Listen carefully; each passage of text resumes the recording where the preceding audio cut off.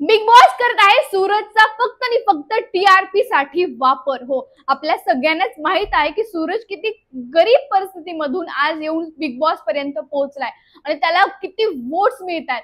म्हणजे big बॉसचा TRP सध्या सगळ्यात हायेस्ट टीआरपी आहे आणि ते एकमेव कारण आहे सूरज चव्हाण। हो, मी सुद्धा फक्त आणि फक्त सूरजमुळे बिग बॉस बघतीये, कारण यार खरंच तो इतक्या गरीब परिस्थितीमधून येऊन त्याची जी लाईफस्टाईल होती, जे काय त्याला बिचाराला आई वडीलच नाहीये, त्यानं नैवेद्य खाऊन स्वतःचं आयुष्य जगलाय आजपर्यंत, त्याला इतक्या लोकांनी फसवलं आणि आता कुठेतरी त्याच्या आयुष्यात बिग बॉस आलं आणि त्यामुळे त्याला खूप फेम मिळाले। पण याचा उपयोग जितका सूरजला होतोय त्याच्यापेक्षा जास्त वापर या गोष्टीचा बिग बॉसला होतोय, कारण बिग बॉसचा टीआरपी आता गावागावापर्यंत पोहोचलाय। मी स्वतः बीड मधल्या एका छोट्याशा गावात राहते आणि आमच्या गावात खूप सारे लोक असे होते की त्यांना बिग बॉस काय आहे माहीतच नव्हता। स्पेशली माझ्या घरात सुद्धा बिग बॉस कधी माझे आई वडील बघत नव्हते, पण फक्त आणि फक्त सूरजमुळे ते आता बिग बॉस बघायला लागलेत।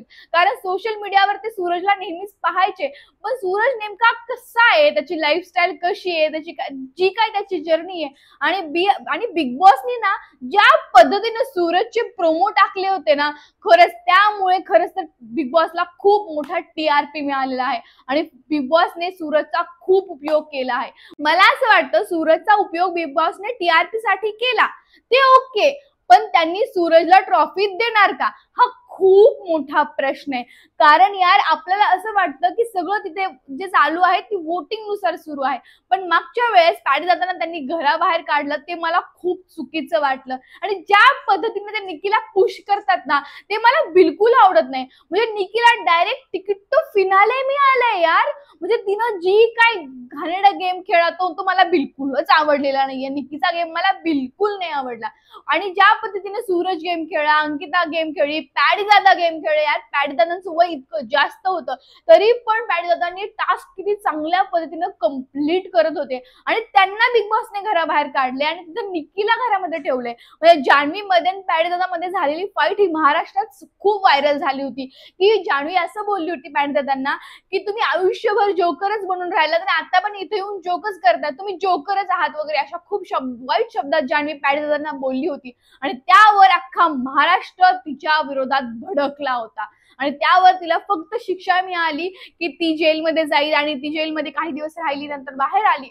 आणि आता आपल्याला माहित आहे की पॅडी दादाचा गेम किती स्ट्रॉंग आहे, पण तरी सुद्धा जान्हवीच्या आधी पॅडी दादाला घराबाहेर काढण्यात आले आणि ते म्हणतात की यांना वोट्स कमी पडलेत। यावर माझा बिलकुल विश्वास नाहीये। मी ऑनलाईन वोटिंग पोल्स पण पाहिले, त्यावेळेला पण पॅडी दादांना सगळ्यात जास्त वोट्स मिळत होते आणि वर्षाताईंना कमी वोट्स मिळत होते, पण तरी सुद्धा वर्षाताई घराबाहेर गेल्या नाहीत, जान्हवी सुद्धा घराबाहेर गेली नाही आणि पॅडी दादांना घराबाहेर काढलं, हे मला खूप चुकीचं वाटतं। आणि आता त्यांनी डायरेक्ट तिकीट टू फिनाले दिले निकीला। यार निकी हे तिकीट टू फिनाले डिझर्व करत नाहीये, त्या जागी सूरज तिकीट टू फिनाले मिळायला पाहिजे होतं आणि मला असं वाटतं ते सूरजला तिकीट टू फिनाले देतील पुढच्या स्टेप्स मध्ये, पण सुरुवातीला निकीलाच का दिलं? का तर फक्त तिच्याकडे काही कॉइन्स होते, फक्त त्या कॉइन्स मुळे त्याला तिकीट टू फिनाले मिळाले आणि मला असं वाटतं बिग बॉसच्या हातात आहेत की त्यांना काय गेम्स घ्यायचे, म्हणजे त्यांना ज्या व्यक्तीला जिंकवायचं आहे ना ते त्यानुसार गेम खेळतात। म्हणजे मागच्या वेळेस एक वेळा इविक्शन मध्ये त्यांना कोणालाच घराबाहेर काढायचं नव्हतं, त्यावेळेला त्यांनी डायरेक्ट इविक्शन रद्द केलं होतं आणि त्याच्या पुढच्या हप्त्यामध्येच त्यांनी डायरेक्ट घनश्यामला घराबाहेर काढलं। मला असं वाटतं हे सगळं स्क्रिप्टेड आहे। हो, बिग बॉस स्क्रिप्टेड आहे, यावर माझा 100% आता विश्वास बसलेला आहे, पण महाराष्ट्र सगळा सपोर्ट करतोय सूरज चव्हाणला आणि जर यांनी सूरज चव्हाणला ट्रॉफी दिली नाही तर नेक्स्ट बिग बॉस कोणीच बघणार नाही।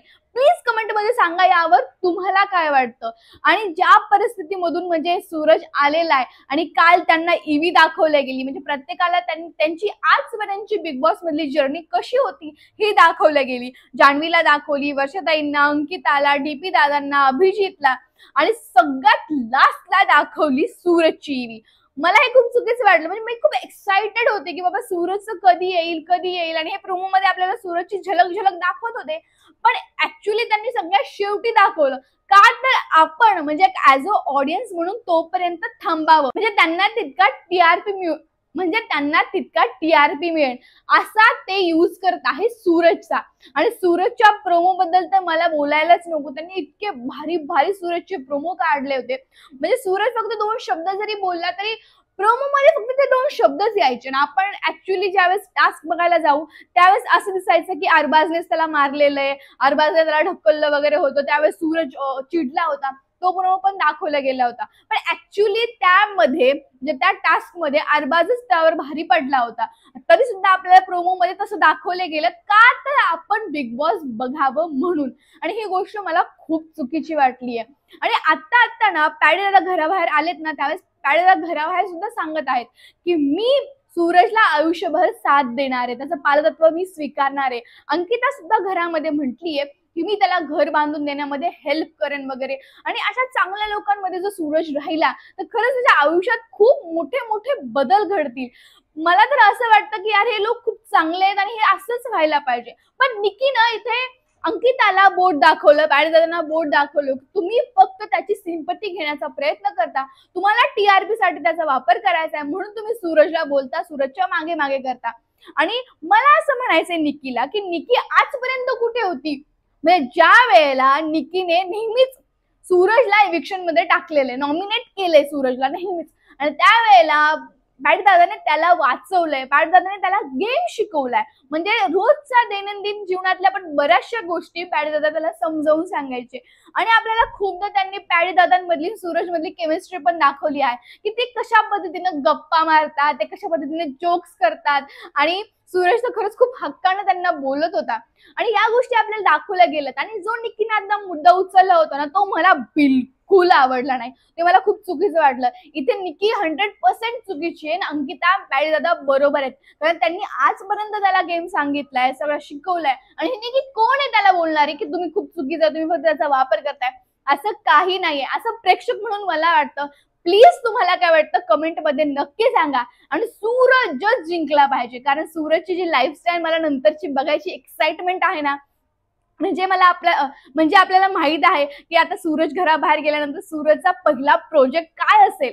म्हणजे घरामध्ये असताना त्याला असं बोलले गेलंय की तो शिंदेशाही घराण्याचं एक गाणं त्याच्यासाठी लॉन्च करणार आहे आणि त्यामध्ये लीड असणार आहे सूरज चव्हाण. हो, आणि ते गाणं लगेचच बिग बॉसच्या घराबाहेर आले की ते रिलीज होईल आणि त्यामध्ये सूरजला बघायला खूप मजा येणार आहे. म्हणजे युट्यूबवर बऱ्यापैकी सूरजची गाणी फेमस आहे. सूरजचा एक मूवी पण पाहिलाय मी, त्याचा एक प्रोमो पाहिलाय. तो खूप पूर्वीचा होता, म्हणजे लॉकडाऊनच्या काळाचा होता तो, पण आता तो जास्त फेमस झालाय, तो ट्रेंडिंग मध्ये आहे सध्या तो मूवी, त्याचे जे सॉंग्स वगैरे आहेत ते. पण आता नवीन सूरज आपल्याला बघायला मिळणार आहे सूरजच्या घराबाहेर आल्यानंतर. आणि काल ईव्ही मध्ये लास्टला सूरज हे सुद्धा बोलला की बिग बॉस मुळे माझं आयुष्य बदललंय, माझे फॅन लोक, मी दैवत मानतो माझ्या फॅन्स लोकांना. आणि खरंच मी जर बिग बॉसच्या घराबाहेर आलो आणि माझं घर बांधलं तर मी त्या घराचं नाव देणार आहे बिग बॉसचं घर. झापूक झुपूक झापूक झुपूक. अरे यार, ते पाहून मला इतकं भारी वाटलं ना. म्हणजे ह्या बाकीच्या लोकांची अशी स्वप्न आहेत की यांना पैसे मिळवायचे, म्हणजे यांना इंडस्ट्रीमध्ये कामं मिळवायची आहेत म्हणून यांना बिग बॉस जिंकायचा आहे. मग सूरजचं बिग बॉस जिंकण्याचं एम फक्त आणि फक्त एक आहे की त्याला लग्न करायचंय आणि त्याला चांगला संसार करायचा. या पलीकडे तर काहीच बोलत नाही, हे मला खूप गोड वाटतं. म्हणजे बाकीच्या लोकांनी जर बिग बॉस जिंकला तर त्यांना जितका फायदा होणार नाही ना, त्याच्यापेक्षा जास्त गरज सूरजला आहे बिग बॉस जिंकण्याची. त्याचा सगळ्यात जास्त फायदा पण सूरजलाच होणार आहे. त्यामुळे मी सुद्धा सूरजला खूप सपोर्ट करतेय. प्लीज तुम्ही पण सूरजला सपोर्ट करा आणि मलाही सपोर्ट करा. माझ्याही चॅनलला सबस्क्राईब करा. थँक्यू गाईज, तुम्ही हा व्हिडिओ पाहिला. प्लीज चॅनलला लाईक करा, शेअर करा आणि सबस्क्राईब करा. थँक्यू.